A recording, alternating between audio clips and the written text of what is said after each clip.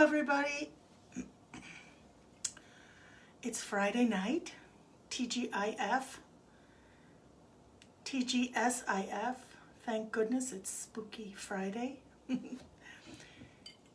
Cheers. Here is to a beautiful day today and beautiful days ahead. Sunshine, it's warm up here. It's actually almost a little too warm up here in my office. But the crabapple is blooming outside the window even though it's dark. I can smell it. With the window open, you can hear the bees buzzing in the blossoms. Bees buzzing in blossoms. Alliteration. So, here we are to another Spooky Friday. The second one.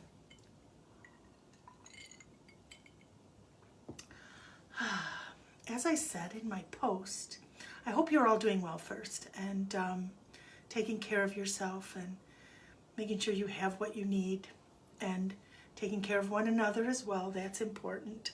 But don't forget yourself in that mix. Make sure you're being kind to yourself, right? So tonight I'm going to talk about something a little odd. One of my favorite places.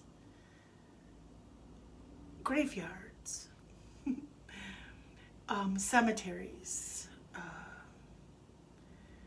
Places where we tend to the bodies of our loved ones when they have transitioned to spirit.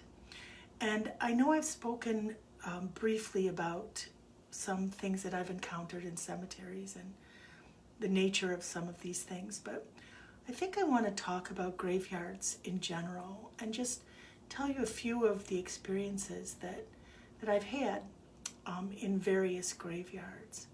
Ever since I was very young, I was always intrigued.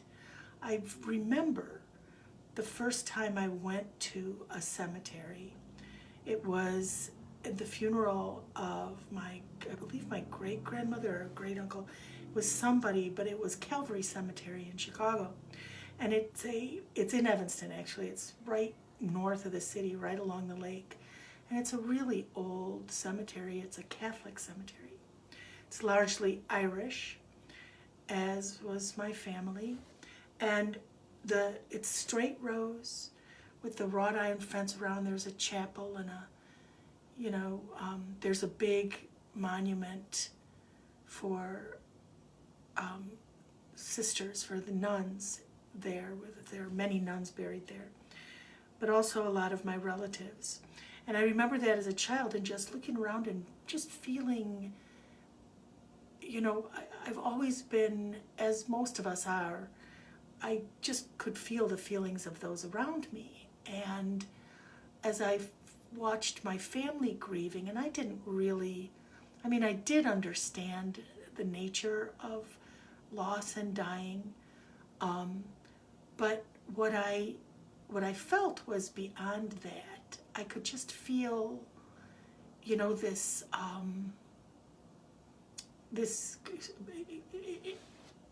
we were in a large group, because of a large family. We were in a large group by the grave side, and yet I felt like there were these layers and bubbles beyond that. That was my first experience with that. So I found myself just really intrigued. As a teenager, I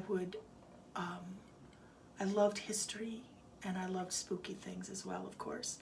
So I would go to cemeteries and walk amongst the older graves and read the names and look at the dates and think of what was happening in history when they lived and what was happening in history when they died. And you'd see clusters of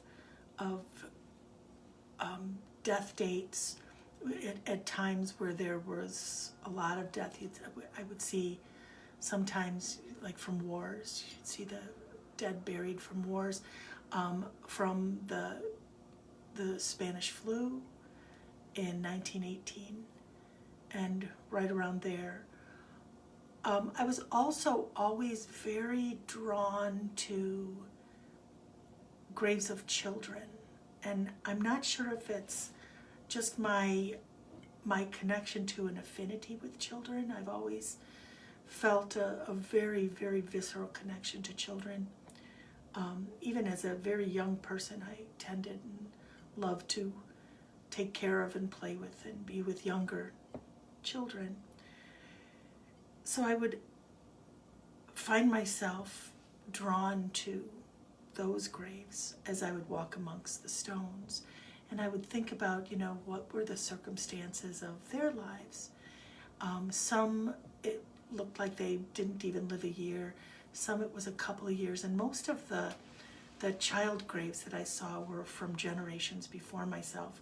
So it was distanced somewhat. I remember the first time that I was walking amongst the gravestones and I came across a child's grave who was born the year I was and lived to be, I think, 8 or 9. And that to me was striking because I was still young enough to not think that someone my age as a child, I always thought that children died long ago, but obviously they don't. But that was a real realization to me and a connection to that.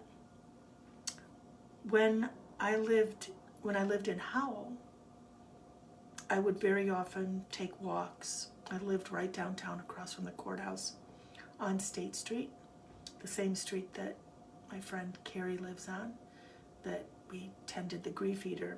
But I would walk down State Street, right past the house that was her house, that is her house now, and then walk to the graveyard. And I wouldn't walk amongst the new graves, but I went to the really old section.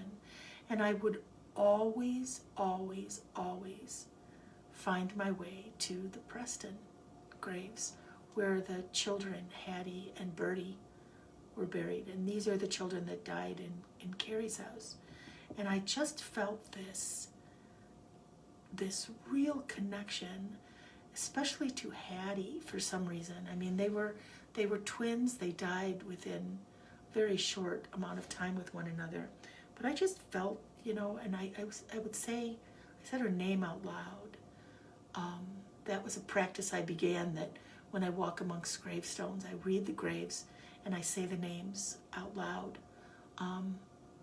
I'd heard that, we're never really gone as long as someone says our name. So I make sure if I'm visiting the graves of people, I just speak their names. And I would say Hattie's name. And then, of course, years later, that connection remained. And her connection, I believe, my connection with her is what helped us move the grief eater from the Preston house to the graveyard where Hattie is buried. But I would walk there very often, even in the winter. I used to love to go there in the winter and just kind of, it wasn't far, and so I could just make my way slowly and get there and just kind of trudge through the snow a little bit and make my way amongst the stones. I've been to many other graveyards in my life. Sometimes there, as we were laying loved ones to rest, laying loved ones' bodies down, and sometimes just because I just was drawn there. I remember walking amongst the graves in places like Gettysburg, and that was extremely powerful. Now, Gettysburg is supercharged anyway, and the graveyard was not just all Civil War people. I mean, these were people who died before the Civil War. These were the town folk who experienced that carnage in their front yards, But that was a powerful feeling of mostly grief.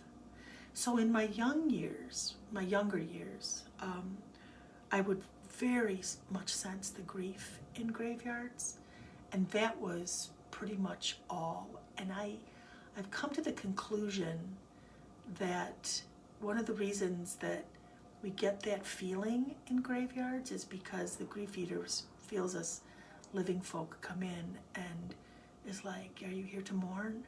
Let me help you. And then pull the grief out of us. This is a good thing. I have gone to cemeteries when I've been grieving other things. Cemeteries that don't have my family in them, but where I just had to tap into that place to let another grief release. There was one time, however, that at the cemetery here in Cadillac, there was all kinds of stuff going on, and I was so overwhelmed and just conflict and pain and so much grief, and this is after I had really viscerally known the grief eater and knew that cemeteries contain grief eaters. And so I went there and by myself, and I was just walking, and I just went up to walk up a little bit of a hill, so I was in the grass, not on the driveway, and I was ready to let my grief out, ready to let myself sob alone. You can sob in a cemetery and nobody says anything, they just kind of give you space.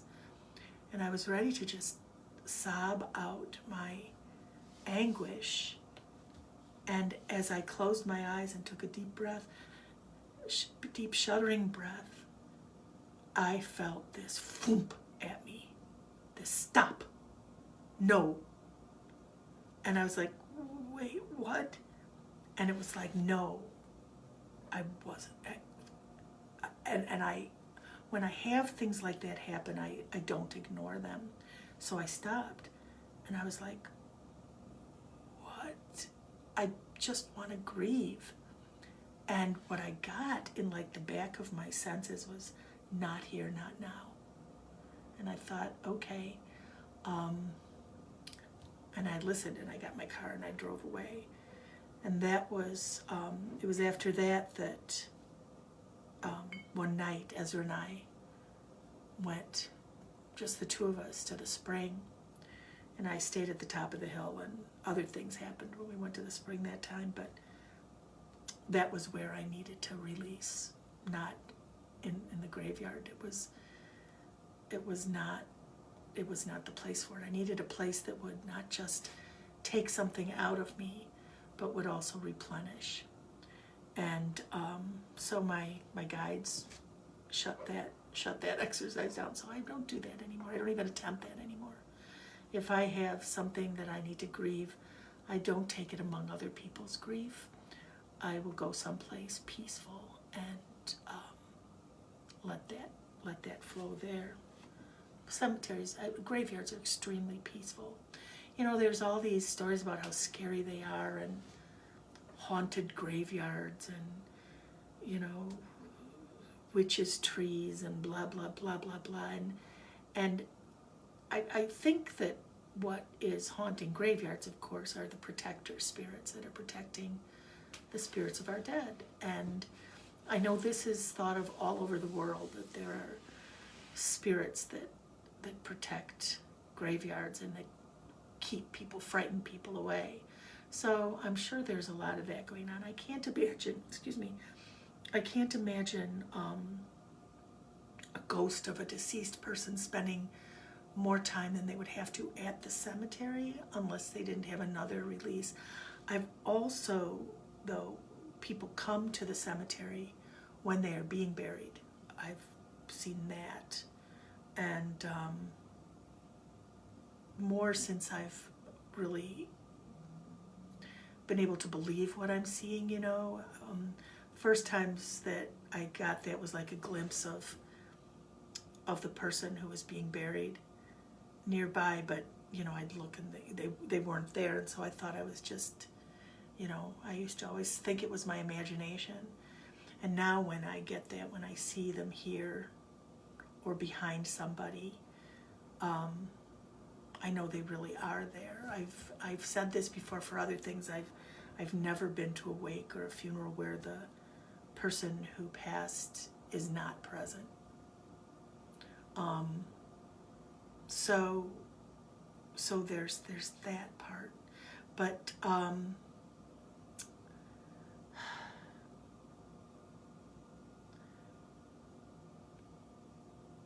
but sometimes graveyards hold a,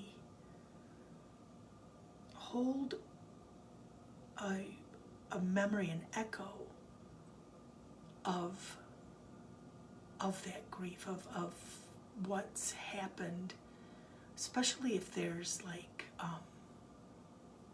tragedies. I mean, for someone, every death is a tragedy, but things that are more than one might be able to bear. I've been in, well, let's start with last week, Mother's Day. Bunce and I drove up to a place north of here near Grayling, and it's considered one of the most haunted cemeteries in Michigan, but it's also a ghost town. There was a town that was there. It's Pear Cheney, P-E-R-E, so Pear Cheney, or Pear Cheney, and it was a town at one point of like 1,500 people, and it had a railway station and a lumber mill, and it was just this thriving community. And then it was struck with diphtheria, and many, many people died from that diphtheria epidemic, mostly children. When we were going there, I read on the plaque. There's a marker there describing the cemetery. There's all kinds of stuff there too. People go there ghosting. So there's, people have put little stuffed animal on graves and piled rocks on things and left coins and all this other kind of stuff. And that's people do what they will do, and it's not for me to judge. I went there just because I was curious and wanted to just walk in that place. And when we got there, there was a couple in the parking lot who told us all the lore about the cemetery. They were local, and it's way back in the bush, but apparently a lot of people visit this place. It's on the interwebs, so. But they said that there was a story that there was a witch's curse that cursed the town, and for me that's like, oh, for the love of Pete, every time there is plague or crop disasters or whatever, a woman gets blamed for it. Pretty much anything that happens, a woman gets blamed for it. But they said there's supposed to be like a witch's tree and all this stuff, and I'm like, yeah, that is just common folklore, that's not specific to this place. But what is specific to this place is the history of the town, which is like a quarter mile, half mile from the cemetery, which is no longer there. And that is that they had this diphtheria outbreak, and many, many children died, and many other people died as well. And then the next year, they had a fire in the city that burned out multiple places. I believe a large portion of the town was burned down. They rebuilt, they stayed. And then the following year, there was another diphtheria outbreak. So the railroad company decided not to stop there anymore. And they instead stopped in Grayling, so it's near Grayling. And so this town, devastated, there are 90 graves in the cemetery and 50 families in the cemetery. And between the two diphtheria outbreaks and the fire, the folks, there were like, at the end of both of these, there were only about 50 people left. So they just packed up and hightailed it to Grayling and completely abandoned the town. Where the town was used to be a clearing, but now there's small trees and underbrush growing up, so you can't even see the depressions where the homes were very well. But but the cemetery is still there. It's more, it's being tended to a certain extent. There are many stones that have fallen and are broken. There are some that are just really difficult to read. There are many graves that don't have markers, but they just have these little discs in the ground that designate that there's a grave there, but you don't know who it is or anything. And so when I walked in, I wasn't looking for ghosts. I was open to anything, but I was there for history more than anything. History and spookiness would have been great, but that's not why I was there, and that's not what I got. I got the history, but what happened is there was a power line, because it's right along the railroad tracks, and as soon as I stepped over the power line into the graveyard, the ground is very soft, and there's really, it's very sandy, and so there's a lot of moss and lichen growing there. There's no, it's not a green fields cemetery. It's also on pretty flat ground, which is unusual in country cemeteries, and I'll talk about that in a minute. But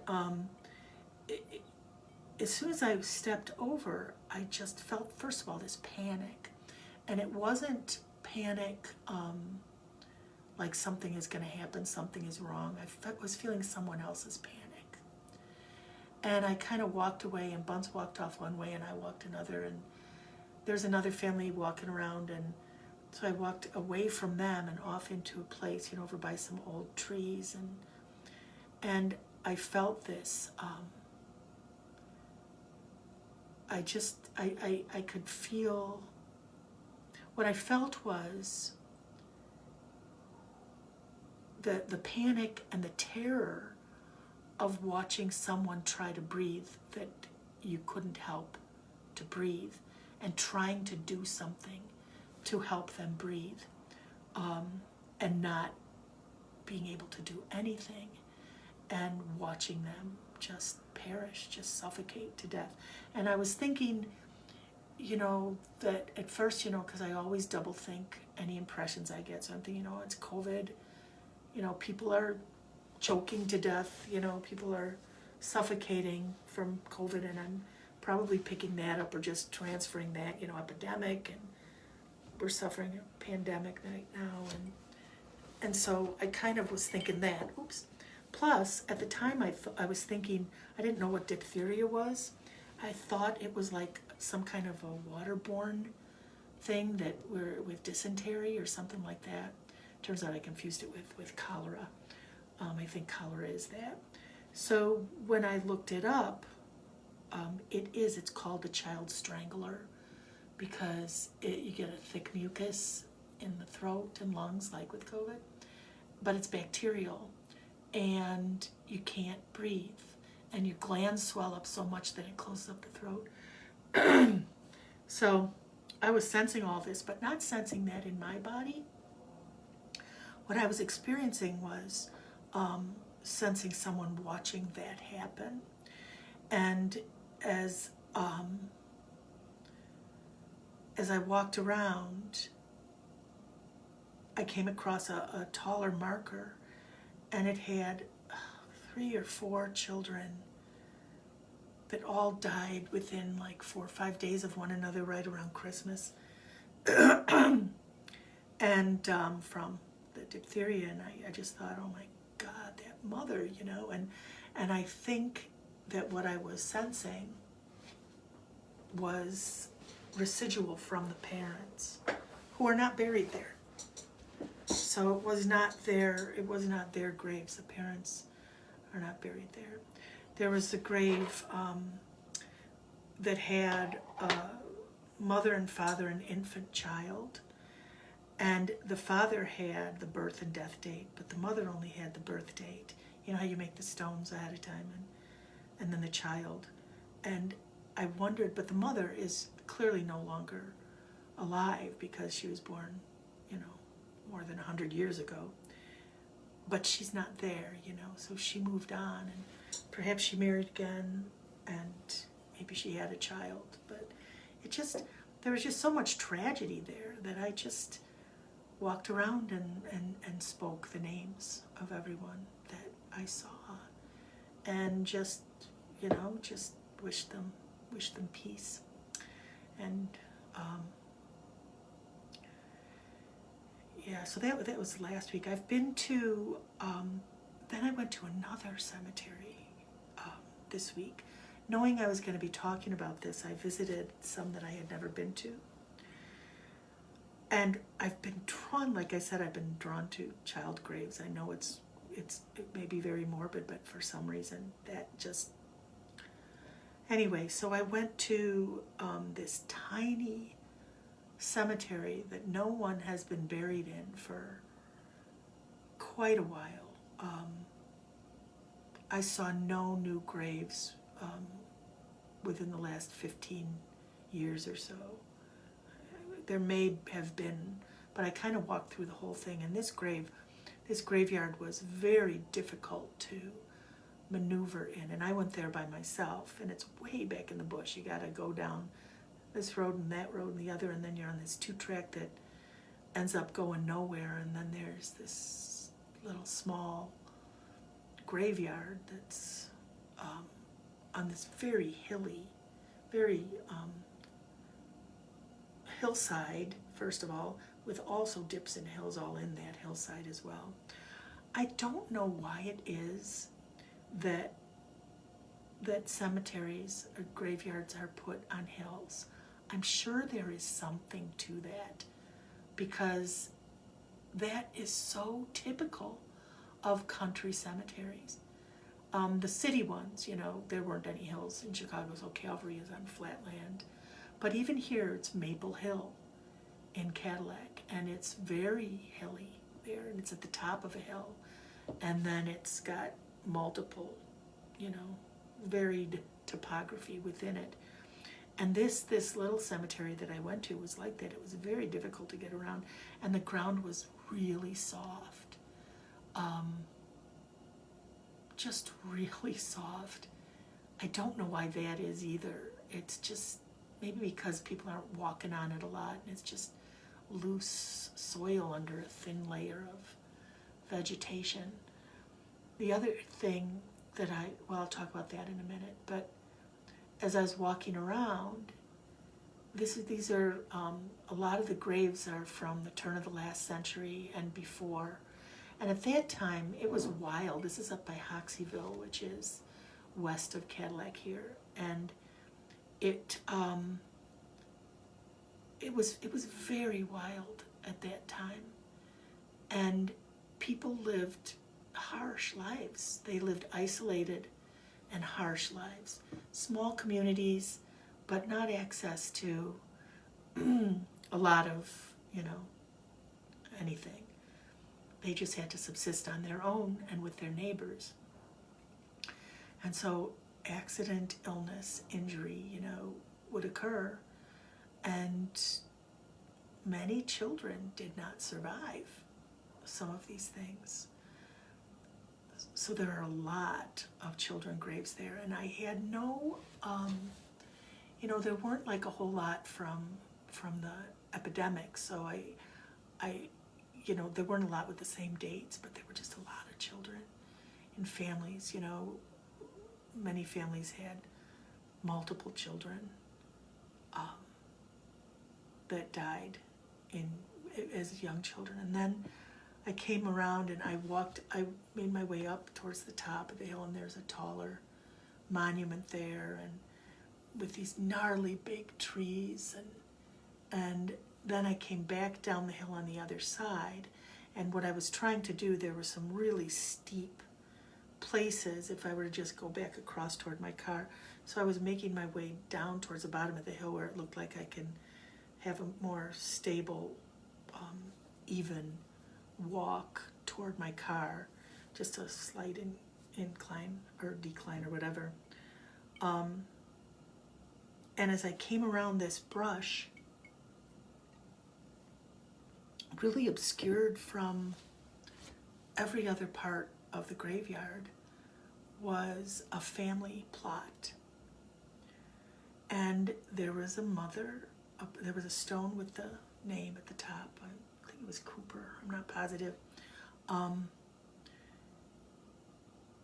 And the mother's name. And then there was a father's, and then there were 8 children. 8 children. First were 2 young women who died within a year of each other, who were in their early 20s, sisters. And then the next 2 headstones were infant twins, no, perhaps, but there were infant twins there who were, I think, 2 years old. And then there was another set of twins who died the same year, who were 15 years old. There was an 8-year-old, where am I at? 1, 2, 3, 4, 5, 6. And like 11 or 10, but 8 children. And not babies, not dying in infancy. We're talking about, older children and teenagers. And I just thought, oh my Lord, this woman. And she lived into her late 60s. So she survived all of this. She outlived her children and her husband. I don't know if she had more children that did survive, but 8 of them didn't. And they were all in this small plot, way overgrown with brush, and yet there. And I read all their names, and I read her name, and I said, oh my goodness, I'm so sorry for your, I just felt the tragedy of it. And then a surprising thing happened. I was feeling the tragedy of the loss of all these children, but I could hear, like, in my brain, I could hear like laughter and playing, and I could feel warmth and love and joy and family. And though it was incredibly tragic to lose 8 children before they reached, 22 years old, I also felt the joy that they felt while they were together. And I said this multiple times that, in different situations, not in a graveyard, but in different situations, that the quality of our life is not measured by the length of it. And the gifts that a soul can bring to life is not measured by the length of time that they are here to do that. And standing with this blue sky and dynamic clouds and these gnarly old trees and brambly bushes, I felt the joy that family had felt, as well as it overpowered the grief. And I'm wondering if what I wasn't feeling was not my own revelation, but the survival skills of that mother. I would think to survive that kind of tragedy, you would have to be able to grab hold of the joy that came with the lives that were here. Yeah, I don't know. I may be wrong. But then I went, so I've been visiting all the little tiny township cemeteries around here lately. And I was at Cherry Grove, which is a very well kept, still very much in use cemetery, paved road through it. It's out in the middle of nowhere. It's way out in the bush, but it's been in operation since the late 1800s and is still there. And there's you can this section 1, of course, is the oldest section, and 2, and then there's newer sections that are still open. It's like but people are still going in there and being there, and I walked a little while, and then it started to sprinkle just a little bit, so I just went and sat in the car and rolled down the windows, and I just sat down and just looked out across the hill towards these big gnarly trees, and just contemplated all the lives that were lived, all the stories that are contained therein, and how many of those stories are people still telling, talking about great-great-grandma who came here, family stories and history. And I did not feel the sadness of it at all. I just felt this really powerful sense of community, sense of valuing one another and the people that we love, and valuing even the people that we lose.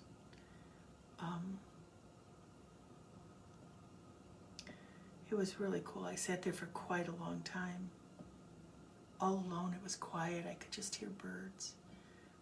That's when I really started to notice the trees. Ezra pointed this out to me when I was asking him, do you know any, because he's out in the woods and traveling these back roads, and he knows where all these things are. So I asked him for some tips for cemeteries I could go visit. And he said to me, have you ever noticed how gnarly the trees are in a cemetery? How they're like, even the trunks are less even and gnarly, and branches come out in weird ways, more so than like in the park. If you're in a park, there are these big old trees, but they look like big old trees. In a cemetery, they do some really weird stuff. And he pointed this out to me, and I was like, that's right. Why do you think that is? And he said, maybe it's because of the nutrients that the graves put in the soil. And I'm like, yeah, that's probably it. And maybe it's the energy that is in those places as well. And maybe the trees themselves, because trees communicate through their roots, There's been all kinds of research that proves this, and maybe the trees themselves are part of holding the energy and part of dispersing the energy that is put into the earth when we bury our dead, when we put our grief into the earth and our loss. And maybe the trees feel that and become part of it. And so I've been noticing more, and noticing trees in other places and looking for just gnarly trees in other places. And sure, you run into them. But in a graveyard, unless they're new trees or they are sculptured trees, like, sculptured cedars or whatever that they put in fancy graveyards or whatever, the trees get really gnarly. So we were up at the Straits of Mackinac yesterday. It was we were there with the Anishinaabe folk. Went and delivered a eviction notice to Embridge, and so Bunce and I went up with Ruth Ann and our friend Mary, and to participate in this. And from the parking lot, it was like a 2.5 mile walk to the site. And so they had a shuttle bus. So of course I took advantage of the shuttle bus. And it rode, we were in Mackinac City, and it headed to a part of side of Mackinac City I'd never been to. You know, it was out toward where the Enbridge pipeline is. And it was new territory, you know, and as we're driving, there was a pretty good-sized cemetery there. And as we had been talking about the gnarly trees, so I looked, and sure enough, the trees were just twisty and in crazy ways. I was like, I just, you know, noticed it. And then as we came back, Bunce was on that side and saw the cemetery, and he said, look at that cemetery, it's got the gnarly trees too. And when he said that, I remembered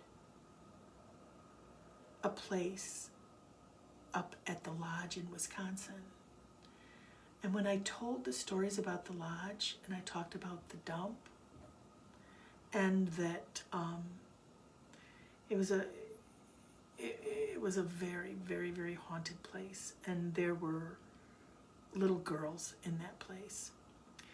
And when kids were digging in the old dump looking for bottles and other artifacts, they came across human bone. And one of the things, the way that you could find the dump from the road, was this big, black, gnarly tree. It was a dead tree, but it was so gnarly. And there aren't other trees like that up there. You know, it's a lot of scrub oak and big pines and stuff. But this was this giant, lumpy, gnarly tree that was right in the middle of that dump. That was the graveyard for those little girls. The place that their bodies, or her body at least, but I think it was their bodies, were hidden, were buried. And this tree was marking that place. It was calling out. And when you drove by, you could not miss it. You know, if you looked off to the side, it was so different than anything else around. You just couldn't miss it. And it was there marking this spot. So I think the trees do have something to interact some way with the graveyard.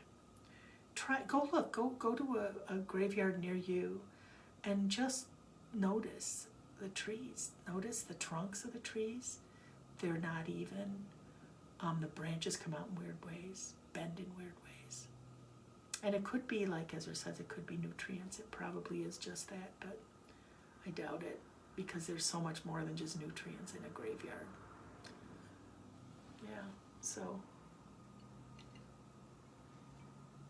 I've been to graveyards without any trees.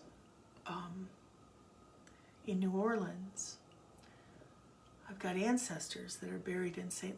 Louis Cemetery No. 1, and in New Orleans, because it's below sea level, you can't bury your dead in the ground because the water table rises and they float up, and you have a flood and caskets are floating down the street.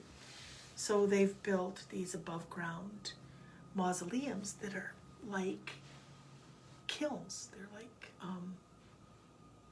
kilns. And what I learned is that at like St. Louis Cemetery, a family will have a crypt, one small crypt, and it's tended by an order of nuns, Catholic nuns. And what I read was that the body would be put in the crypt for a year and a day. And in that time, in the heat and everything else of the deep south of New Orleans, the body would decay to being pretty much just bone. And they would leave it there unless if somebody else passed away, they would remove the bones of the prior person, put them in a box, label who it is, and put the new person in there. So there's, instead of, I always thought that it had like multiple bodies of loved ones, but these are the old crypts I'm talking about. There's a wall of crypts that the bodies are put in the wall as well. But this you walk through, and it's just the most crazy thing because there's very little earth. There's like no earth. It's path and brick or stone crypts, and they're like these little mini houses. So you're walking through, like, they call it like the city of the dead, and these small pathways. Apparently, it's unfortunate, but you can't just go visit it. Now you have to have a guided tour because it was such a hotbed for crime, because there's like somebody could be lurking behind any corner, and I'm not talking about skeletons and ghosts or voodoo queens, but bad guys want to rob tourists or whatever. So, but the last time I was there, you could walk through, and we just did.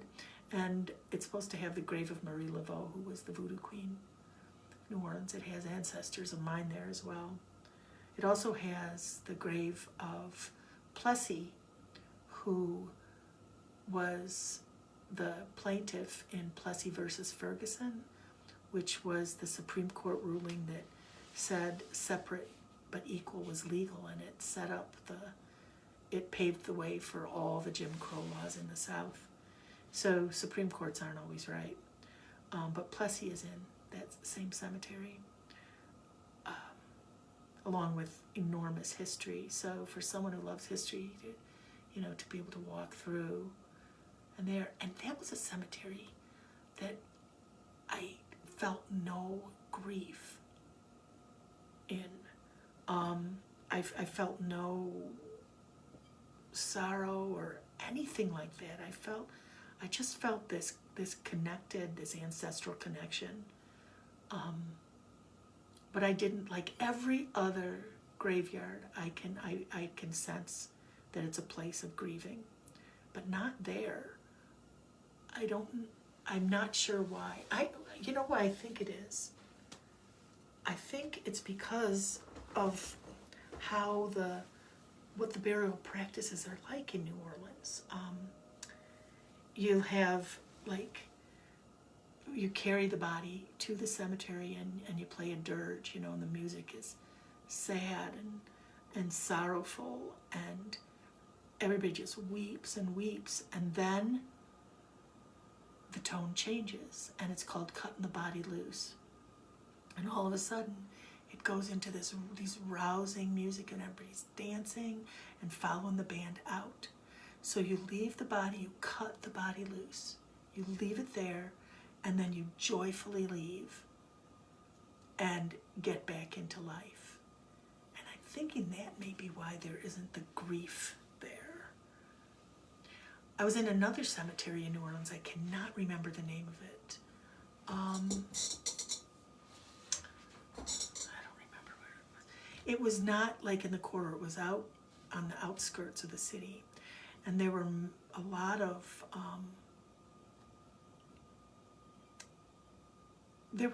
like homemade grave markers and things. It was almost like a do-it-yourself cemetery. Ooh, that was interesting.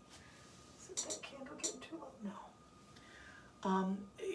It looked like people made their own grave markers and placed them there, and that was such an interesting place because it was the culture. You could see the Caribbean culture there, and you could see the New Orleans culture in there, in markers and in all the different things that were in there. And I felt I sensed a mother there too. I always connect with mothers and children, but I felt like there was a young mother who died and left her children, and that was her sorrow, that she died while her children were still young.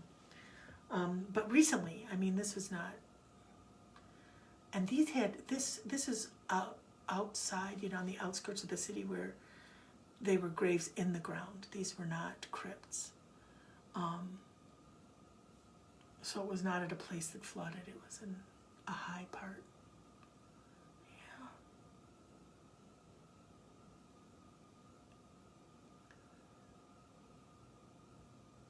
Yeah. Have you ever gone to graveyards just to read the stones? Just to connect with history or the community? It's one of the things when we go to a town, I always notice where the cemetery is, and if I can, I'll just go in and just look around and get some names of folks that are there. When I was teaching 6th grade over in Lake City, I was teaching language arts and social studies and part of a middle school team, and we did these really cool thematic projects. And one that we did right about this time of year, just before Memorial Day, is we did a cemetery project. And we had a porta potty delivered out to the cemetery, and we brought all our 6th graders out there with lessons. We had read Edgar Lee Masters' Spoon River Anthology. One of the assignments that the children needed to do was to find a grave with a person's name, look at the date, think about what was happening in history at that time. We talked about the history of the town and, looked at all of the, from its founding until the present. We had done that prior to going out there, did a lot of this research.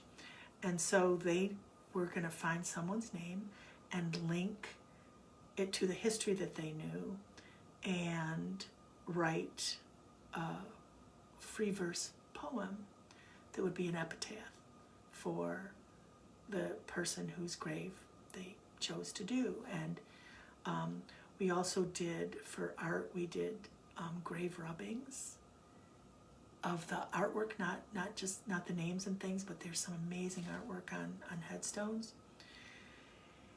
And we did, there was mathematics where they calculated the age of people and periods, and for science, I don't remember what we did for science, but we had all the subjects incorporated in this cemetery project. And then we visited the library and the historical society, and we looked up who these people were that they wrote their poems about. And there were people who, were relatives who still knew these people, and we found out who they really were, and it was surprising how many of the poems that the kids wrote really fit those people. But we put them in the library and shared them, and it was in the newspaper and stuff, so families could see that we had done this. And it was, when we were all out there, there was somebody, because it was near Memorial Day, there was somebody that was at first upset, what are you all doing out here at the cemetery? And when I described our project about learning about the history of the town via the people who lived it was an older couple who had family members. They were from the area, they didn't live there anymore, and they were coming to clean up the grave of an ancestor. And they stopped and talked to kids about their ancestor that was there.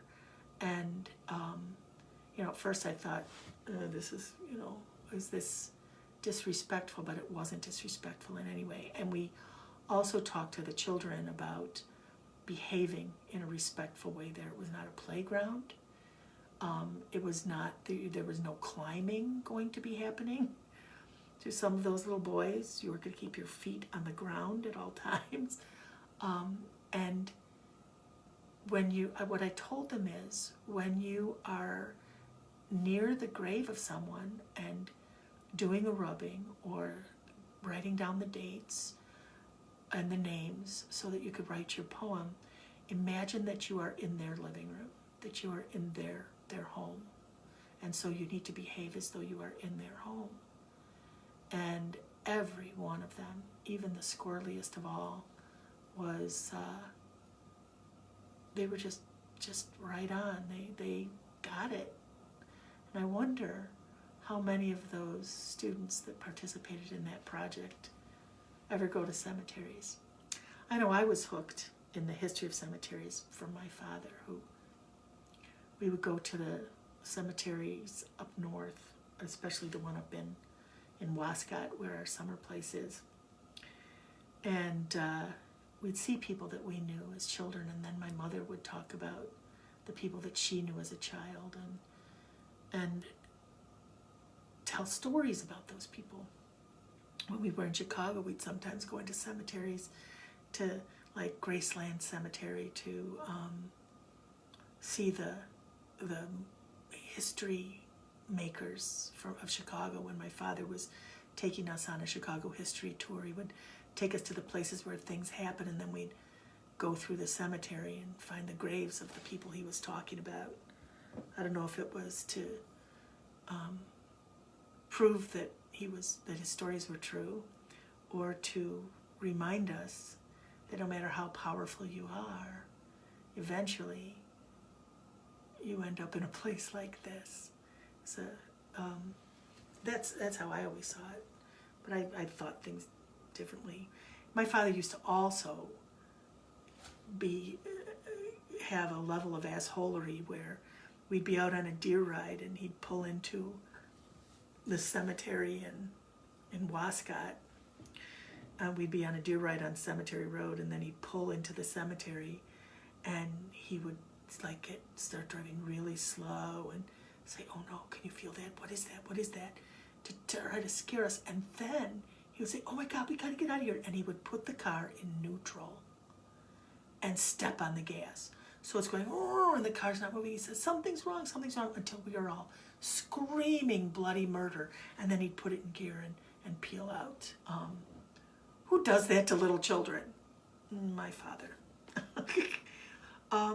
So I was always scared of the Wascott Cemetery as a kid because of that. Until I grew up and realized, what had happened, and also had a feeling for them. And now when I walk in there, I know so many people there. And ironically, my father himself is buried there, as is my mother and my brother Tom, in that cemetery. So it has a completely different feel to it than when it was creepy when we were kids or teenagers. It's not creepy at all. It just is. It's a place of remembering, and it's a good place of remembering.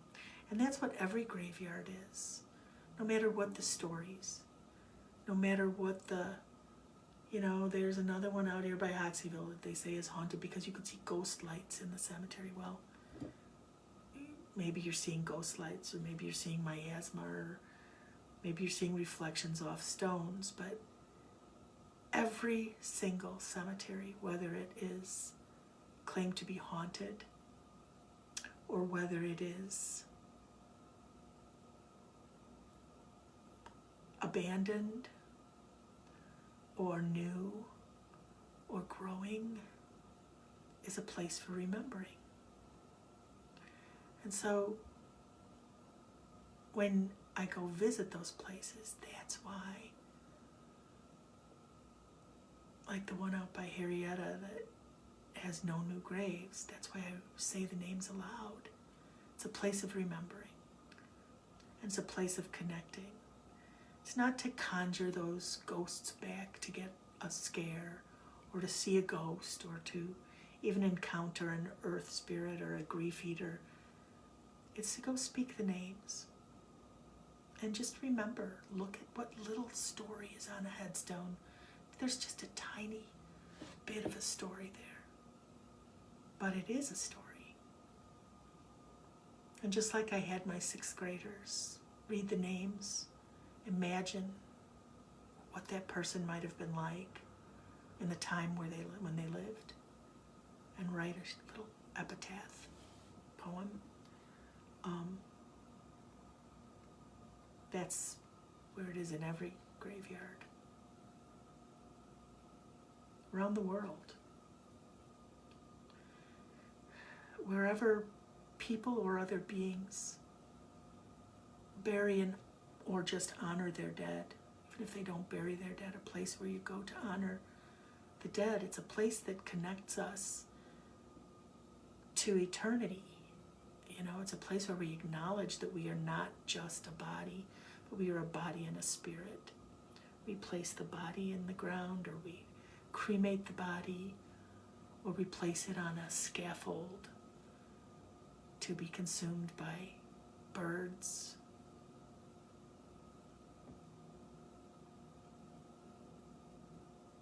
Or embalm in elaborate ceremonies and place in tombs filled with treasure and jewels and food, and usheptis to represent your servants and the people in your life. Those are places of remembering. Those are places that prove that we, since we started doing this, we as human beings have acknowledged that we are more than just a physical body. But there's more to it that connects us. Yeah. And it keeps us connected. And that's why I experience ghosts. That's one of the reasons there are spirits and ghosts, and more to us than just the physical. We watched this documentary about a place in Turkey that is the oldest temple in Turkey, the oldest temple that we've found, that archaeologists have ever found, Göbekli Tepe, I think it's called.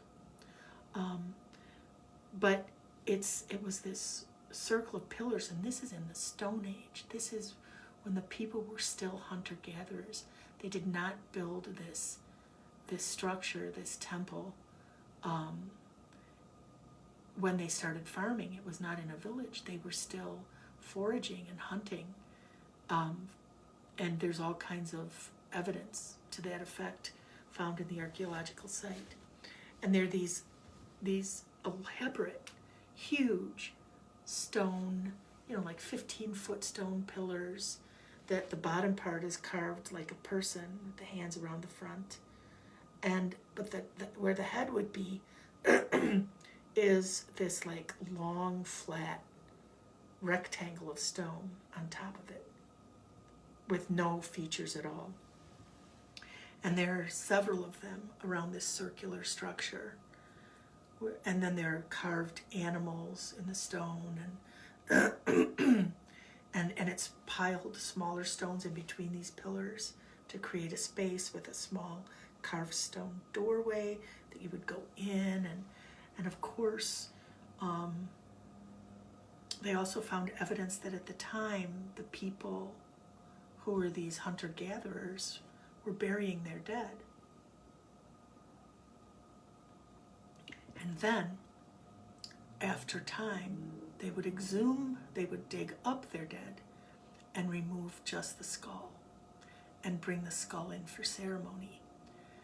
And the archaeologists were talking about these pillars as being, it was the first time that man created gods, that these were gods, and that they had no idea about what the rectangles on the top were about, but that perhaps it was their deities, and the animals were lower, and then you had the body of the human, and then you had this unknowable thing. So they're projecting all this way that we view the world on the way that these Stone Age hunter-gatherers viewed the world. And as we were watching that, I just got this total flash, which is just right out of the universe or my deep reaches of my very odd brain. But I had a vision, a picture in my head, like, I've talked to you about when I communicate with ghosts, how I get a memory that is not my own, but I see the whole thing at once. It's not like I see from beginning to end, I see the whole thing at once. So I got this vision as if it was a ghost communicating with me, but it wasn't. It was just something else out of my own thinking. It was this flash of understanding. And what I saw was this, that this was not a thing to honor the dead, that this was the tops of those platforms. I saw the skulls placed on tops of those. So there were multiple skulls on each of those. And these were not like sacrificed people. These were the skulls of loved ones, of ancestors. And, placed there with mindfulness. And I said, this was a way to connect with spirit, to connect with things beyond the veil or veils. And I think that early humans, this is what I just came up with,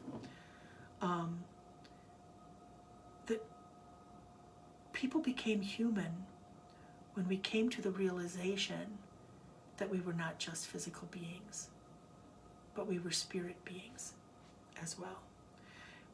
You could bury your dead and leave it there to get it, so you aren't affected by the putrefaction of it.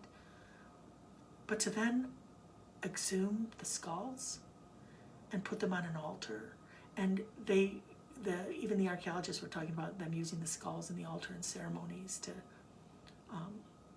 honor the dead. Well, I had this flash that it wasn't like even honoring the dead, it was connecting with that spirit and acknowledging that we are not just physical beings. And that also, and the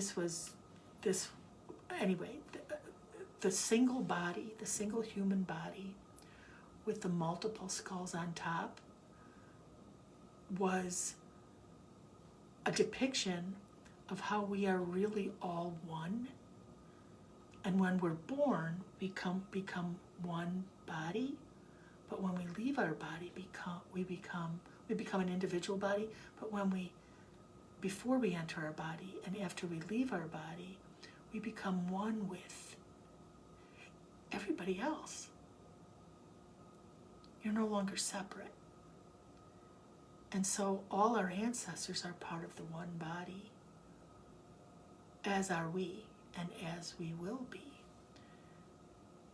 And I think that acknowledgement of the existence of that veil, or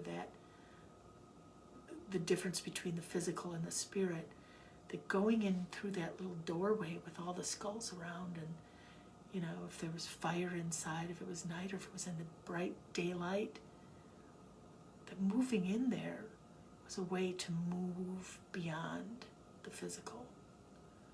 An acknowledgement that we can move out of our bodies and into spirit. And we can do it when we die, and we can do it when we're alive. And I think that's when we started becoming human. Humans as we know ourselves now. An acknowledgement of more than just our physical selves.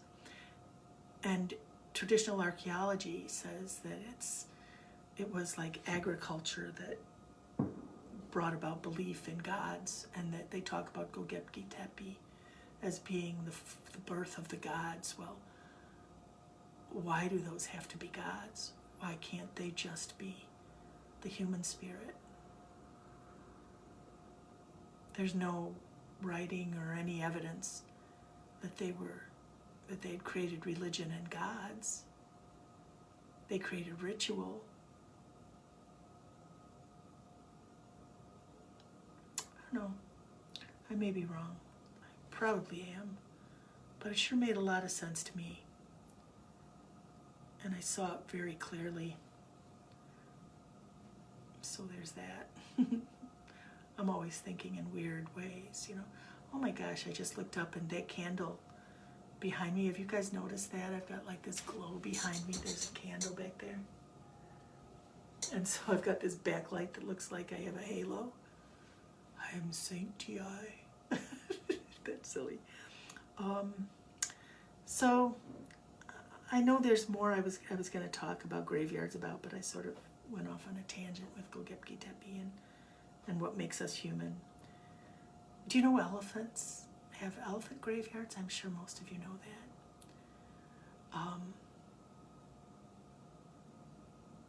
I imagine there are other creatures that are also aware that we are more than just our physical selves. And I can bet you, we could bet that elephants are some that understand that. But anyway, so I suppose that's all I have for tonight. I know there's way more that I was thinking about when I was out for my drive today, but I'm kind of running out of steam. This 10 o'clock on a school day, and it was kind of a school day because I worked with the twins today, but I'm going to kind of wind it up here. Go visit a cemetery and check out the trees and see if I'm not right about the trees. Or just drive by if you don't want to go in and look at the trees in cemeteries. And then look at the trees just outside of cemeteries. Especially, you know, in the, like these little ones that I was in the country, just outside of the designated cemetery. There are trees that are the same age and even the same species that do not look like the trees in the cemetery. So there's that. Anyway, I'm going to sign off for tonight, and I'll see you in 2 weeks. I'm thinking I'll probably have a guest in 2 weeks, somehow or other. But if I come up with something else, maybe I won't. And I'll try not to ramble as much as I did tonight. Meanwhile, remember that we are more than just our physical selves, and that every time we speak the name of ones we lose, they're still there. And every time we speak the names of those who have passed, they're still there. So be well, take care of yourself, get out in the sunshine, and check out the trees in graveyards. I'm going to move forward and do this. Good night, everybody.